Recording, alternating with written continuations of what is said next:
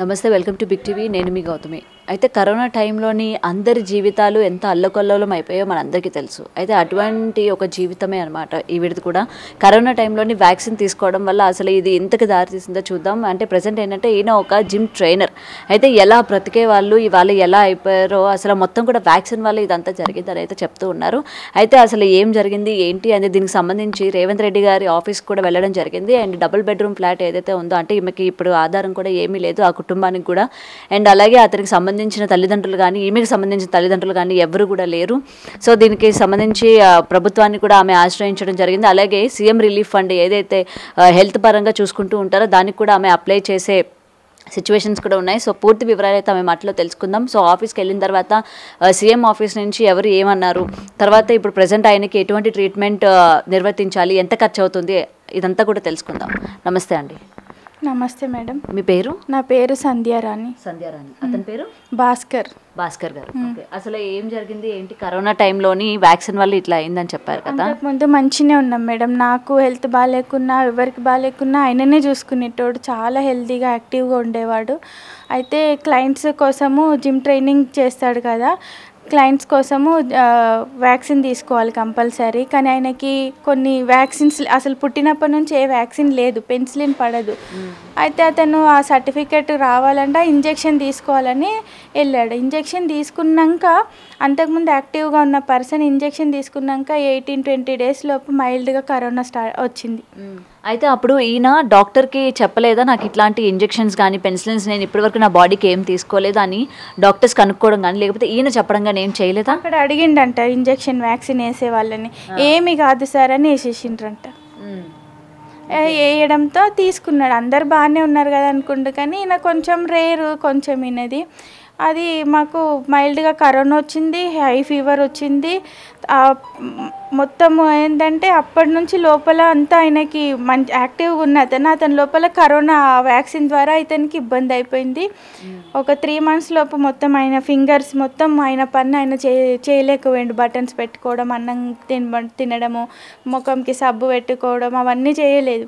అవన్నీ నేనే చేస్తూ ట్రీట్మెంట్ ఇప్పిస్తున్నాము. ఏదో మామూలుగా తగ్గిపోతుంది ఏదో వాతం వీక్నెస్, ఏదో జ్వరం వచ్చింది కదా అని అనుకున్నాం. కానీ ఇది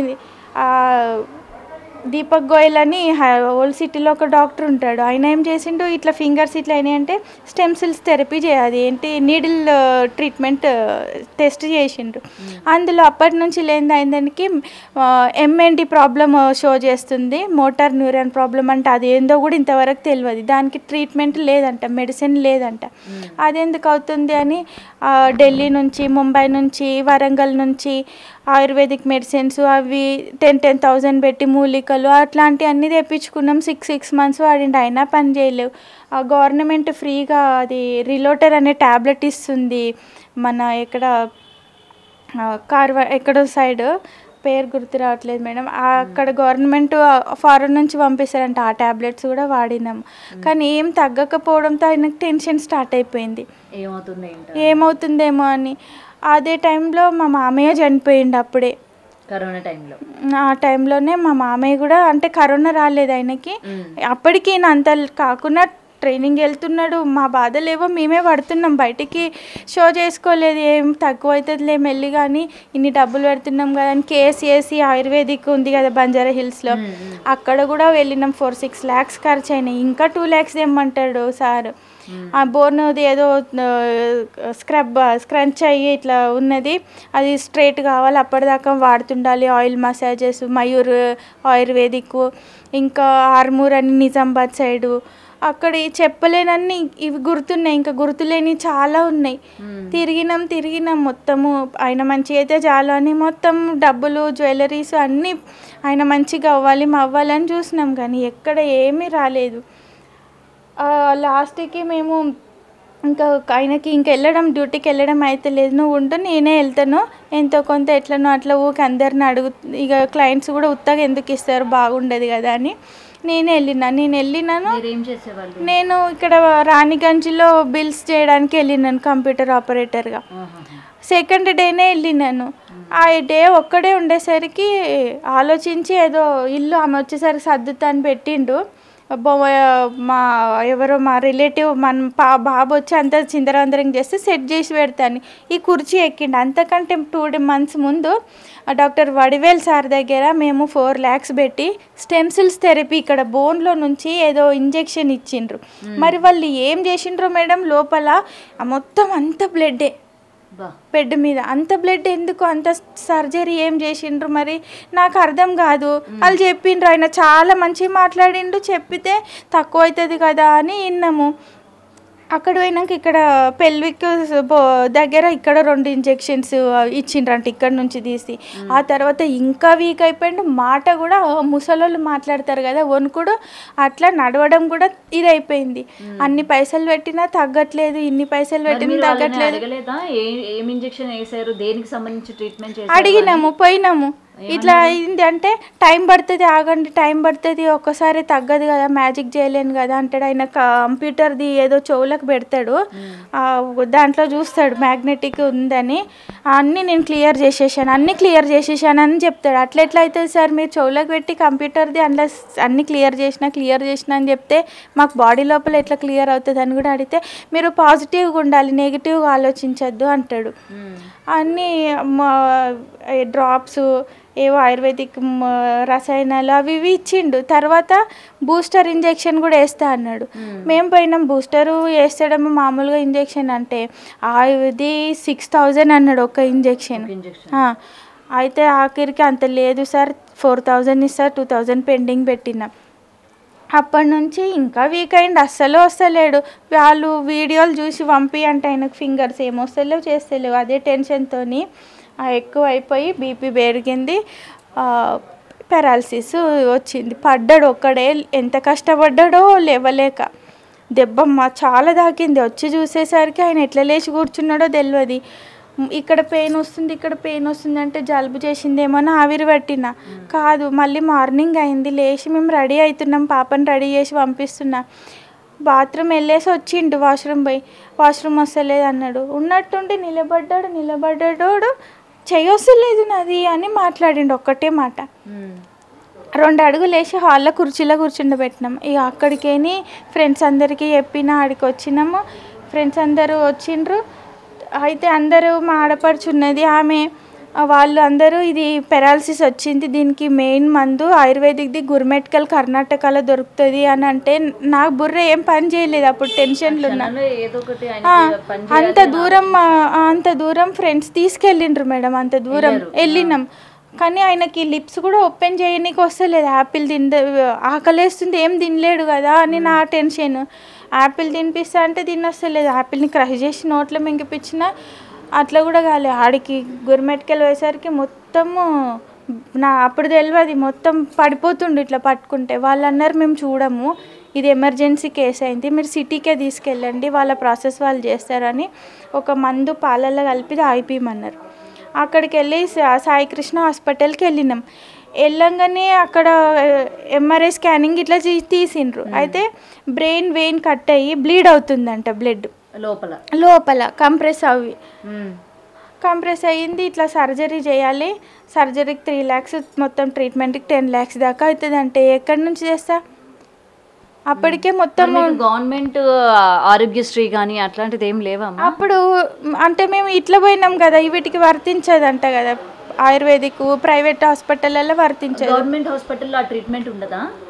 గవర్నమెంట్ హాస్పిటల్లో పోలేదు మేము అప్పటికి.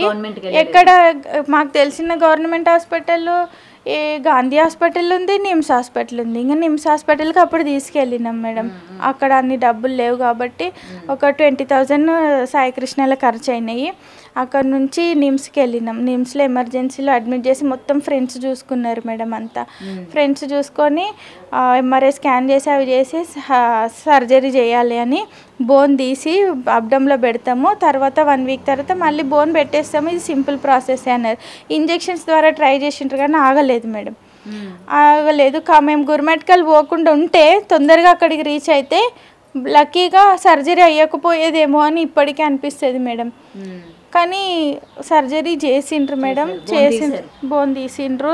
3 daysకి కళ్ళు తెరిచిండు, కాన్షియస్ ఉంది. వాళ్ళు డాక్టర్స్ మరి మెమొరీ ఉంటుందో ఉండదో అన్నారు. బై గాడ్ గ్రేస్ కాన్షియస్ ఉంది, వేరే వాళ్ళైతే తట్టుకోలేరు. ఈయన జిమ్ ట్రైనర్, ఫిట్నెస్ మాస్టర్ కాబట్టి ఆయనకి ఎటువంటి బ్యాడ్ హ్యాబిట్స్ లేవు, కరెక్ట్గా మంచిగా ఉంటాడు కాబట్టి కోలుకున్నాడు మేడం. 2 monthsకి మిలీనియం లేచిండ్రు. నర్వ్స్ ప్రాబ్లం ఉంది కాబట్టి మిలీనియం లేచిండ్రు. 2 months అక్కడనే ఉన్నా మేడం నేను. అప్పుడు కొంచెం రికవర్ అయ్యారా? లేదు, ఇట్లనే ట్రకెస్మీ వేసిండ్రు, ముక్కుల పైపేసి పాలు జావా అంతే. కాకపోతే బ్రీతింగ్ లెవెల్స్ కొంచెం గుడ్ వచ్చినాయి. తర్వాత ఓకే, వాళ్ళు ఏదో మేము ప్రాణం కాపాడినాం, ఇక మీరు రిహాబ్ సెంటర్కి వెళ్ళొచ్చు అంటే రిహాబ్ సెంటర్కి వెళ్ళి 4 months ఉన్నా. అక్కడ 4 months అయినాక ఇక్కడ గొంతులో వేసిన ట్రకెస్మీ ఉంటుంది కదా, అది తీసేసిండ్రు. రిహాబ్ సెంటర్కి వచ్చినాక 15 daysకో 11 daysకో ఆక్సిజన్ నుంచి బయటకు వచ్చే వెంటిలేటర్ నుండి బయటకు వచ్చిండు. ఆ తర్వాత 1 week ఆక్సిజన్ పెట్టిండ్రు. ఆక్సిజన్ నుంచి 1 week తర్వాత అప్పుడు ఒక 20-25 daysకి నార్మల్ అయిన బ్రీతింగ్, ఆయన తీసుకునే శక్తి ఆయనకు వచ్చింది. తర్వాత మెల్లిగా ఒక 2 months తర్వాత నోస్లో పైప్ తీసేసిండ్రు. ఆ తర్వాత మెల్లిగా పల్చటి ఇడ్లీ, మెత్త అన్నము అట్లా గొంతులోకి జారేటట్టు 4 months తర్వాత ఇక్కడికి వచ్చిన మేడం. అందులో ఒక 10 lakhs అయినాయి, నిమ్స్లో ఒక 10 lakhs దాకా అయినాయి, 10 లక్షల అప్పు అయింది, ఇచ్చిండ్రు. మరి ఇప్పుడు ఆ బోన్ ఏదైతే అంటే స్కల్ నుంచి తీసారు కదా, అది మళ్ళీ అమరుస్తామని చెప్పారు, అది అన్నారు. లేదు, నిమ్స్ అది రిహాబ్ సెంటర్లో ఉన్నప్పుడే 2 months తర్వాత అక్కడ జ్వరం వస్తుంది ఎందుకని చూస్తే ఇక్కడ పస్ వచ్చింది. ఎందుకని చూసేసరికి అక్కడ పస్ వచ్చింది కాబట్టి అది పెట్టొద్దు. పస్ వచ్చింది కాబట్టి అది పెట్టొద్దు, అది రిమూవ్ చేసేయాలని తీసేసిండ్రు మేడం. అది ఇప్పుడు ఆర్టిఫిషియల్ బోన్ పెట్టియాలి. అది పెట్టాలంటే దానికి తగ్గట్టు ఆయన స్ట్రాంగ్ ఉండాలి. అది పెట్టినాక దేవుడి దేవలు అన్నీ మంచిగా అయితే ఆయన కొంచెం లేచి కూర్చుంటాడు మేడం. అన్నిటికీ main problem financial madam. Okay. So CM గారిని కలవడం అంటే సీఎం ఆఫీస్ దగ్గరికి వెళ్ళారు అని చెప్పారు కదా, ఎటువంటి రెస్పాన్స్ వచ్చింది? మంచి రెస్పాండే ఇచ్చిండ్రు మేడం. నాకైతే నేను చెప్పిన అక్కడ రైటర్ మేడం ఉంటుంది కదా, నా ప్రాబ్లం చెప్తే నాకు అర్జెంటుగా అందరికంటే ఎక్కువ ప్రాబ్లం ఉంది కాబట్టి నా కోసం మంచిగానే లెటర్ రాసి ఇచ్చిండ్రు. ప్రాసెస్ బై ప్రాసెస్ ఉంది కదా, లెటర్ అక్కడే అప్లై చేసిన. ఆఫ్టర్ 2 monthsకి రమ్మన్నారు. 2 monthsకి రమ్మన్నారు. బంచ్ ఆఫ్ అప్లికేషన్స్ ఉన్నాయి అక్కడ. అందులో మధ్యలో ఇది గుంపులో గోవిందం కావద్దు నాకు, ఎందుకంటే అందరిలాంటి లైఫ్ లేదు ఇప్పుడు నాకు. నా సిచ్యువేషన్ చాలా ఇదిగా ఉంది. ఇప్పుడు నేను రెంట్ హౌస్లో ఉన్నాను, నాకు ఎటువంటి ఫైనాన్షియల్ సోర్స్ లేదు, నేను రెంట్ కూడా కట్టలేకపోతున్నాను. మీరు జాబ్ కూడా వెళ్ళలేరు కదా పాపం, ఆయన పక్కనే ఉండాలి. ఆయనను వదిలిపోలేను నేను. అట్లా పోయినందుకే ఇంత ప్రాబ్లం అయింది. ఇప్పుడు ఈ సిచ్యువేషన్లో అసలు పోలేను. అందుకని ఫ్రెండ్స్ వాళ్ళు వీళ్ళు ఎంతో కొంత క్రౌడ్ ఫండ్ అని అదని ఇదని వేస్తారు. ఒక 1000 అట్లా ఇట్లా వస్తే ఏదో ఇల్లు నడిపించుకుంటే తెలిసిన వాళ్ళు ఎవరన్నా రైస్ బ్యాగ్ వేపిస్తారు, రేషన్ ఏదన్నా ఇప్పిస్తారు, డబ్బులు ఏమన్నా వస్తే తెచ్చి వండి తినిపించుకుంటాను మేడం. అంతే. ఇప్పుడు ఆయన నార్మల్గా అంటే మాట్లాడడం కానీ జస్ట్ లేవడం కానీ అట్లా ఏం చేయడు మేడం. వార్డ్ బాయ్ అంకుల్ వచ్చినప్పుడు నిమ్స్లో ఉండే వాళ్ళే నాకు వార్డ్ బాయ్ అంకుల్స్ మంచి ఫ్రెండ్స్ అయ్యి వాళ్ళే హెల్ప్ చేసి వాళ్ళు వచ్చి నిలబెట్టి వాష్రూమ్కి తీసుకెళ్ళి స్నానం పట్టుకొని లేపట్టుకొని వచ్చి కూర్చుండబెడతాం. ఇల్లు కూడా కంజెస్టెడ్ అవ్వడంతో అది కూడా ఇబ్బంది అవుతుంది. అదే. అండ్ మీ ఓనర్స్ ఏమంటున్నారు? మీరు రెంట్ కూడా ఇప్పుడు కట్టలేని పరిస్థితి కదా, ఓనర్స్ ఏమైనా అర్థం చేసుకున్నారా మీ పైన? వాళ్ళు అర్థం చేసుకునే ఇల్లు ఇచ్చిండ్రు మేడం నాకు. కానీ ఇప్పుడు వాళ్ళ ఇల్లు ఓల్డ్గా ఉంది కాబట్టి ఇల్లు రెనోవేషన్ చేయించుకుంటాము వెళ్ళండి అని అంటున్నారు. ఇంకేదైనా సోర్స్ చూసుకో అమ్మ, నువ్వు గవర్నమెంట్కి ఏదైనా చెప్పుకో, ఏదైనా హెల్ప్ చేసుకో, ఇంకా మాకు కూడా అవసరాలు ఉంటాయి కదా, మేము లోన్లోనే తీసుకున్నాం, మాకు రెంట్ రావాలి కదా, మాకెట్లా గడుస్తుంది అంటున్నారు. పాప ఏం చేస్తూ ఉంటుంది? పాప 7th class madam. 7th class. ఒక్కతే పాప మేడం నాకు. ఓకే. అండ్ మీరు ఇప్పుడు ఏది జాబ్ కూడా చేయలేని పరిస్థితి అసలు.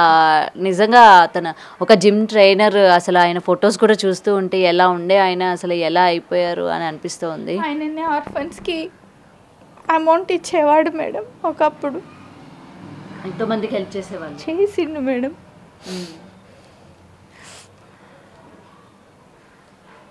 మామూలుగా రిలేటివ్స్ నుంచి ఏమైనా హెల్ప్ కానీ? ఫ్రెండ్స్ హెల్ప్ చేసినంత రిలేటివ్స్ ఇంకా దూరం పారిపోయిండ్రు, ఎవ్వరు హెల్ప్ చేయలేరు. రిలేటివ్స్ అందరినీ చూసిండు మా ఆయన, కానీ రిలేటివ్స్ అన్నోళ్ళు కనీసం ఓదార్చనీకి కూడా రాలేరు ఎవరు. నిజంగా అంటే ఈ బాధ నిజంగా ఎవరికి రాకూడదని అనుకుంటున్నాం.